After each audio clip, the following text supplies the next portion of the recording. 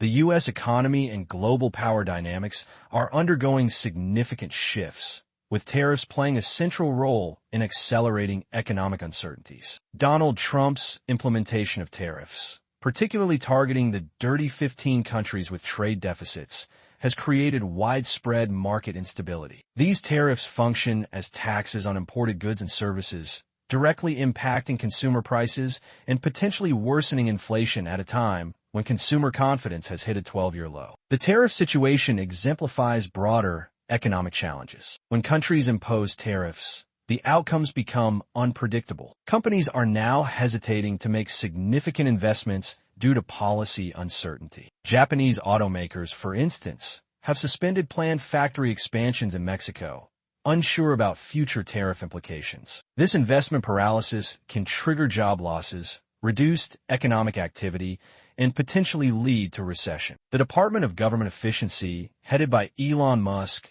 represents another concerning development. The federal government employs 2.5 million civilian workers, a number unchanged since the 1950s despite massive population growth. Meanwhile, state and local governments employ 20 million workers combined, making the federal focus seem more political than practical. The global competitive landscape has shifted dramatically. China's BYD Corporation has overtaken Tesla in electric vehicle sales, exemplifying how U.S. companies are losing ground in markets they once dominated. This mirrors a broader pattern where the United States, historically the champion of free trade, now increasingly embraces protectionist policies as its competitive advantage erodes. The military dimension reveals similar challenges. Recent operations in Yemen highlight diminishing U.S. influence.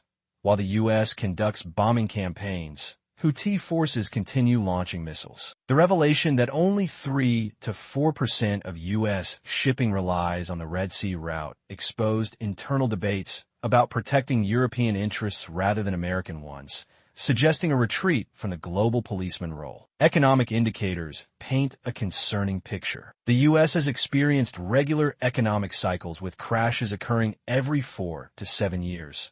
The dot-com crash in 2000, subprime mortgage crisis in 2008, and COVID crash in 2020. Current conditions, including rising credit card delinquencies and declining consumer confidence, suggest another downturn may be approaching. The expiration of Trump-era tax cuts in 2025 adds another layer of economic pressure. The rise of alternative power centers, particularly the BRICS alliance, Brazil, Russia, India, China, South Africa, represents a direct challenge to U.S. economic dominance. Russia has transformed from a struggling post-Soviet economy into the world's fourth largest by purchasing power parity. China has become the largest economy by the same measure. Immigration policy changes further illustrate systemic challenges. The planned deportation of millions would disrupt crucial remittance flows to Central American economies, potentially creating regional instability that could backfire on U.S. interests. This exemplifies how domestic policies can have far-reaching international consequences. The situation parallels historical patterns of empire decline. Like previous global powers, the U.S. faces a choice between accepting a changed role in a multipolar world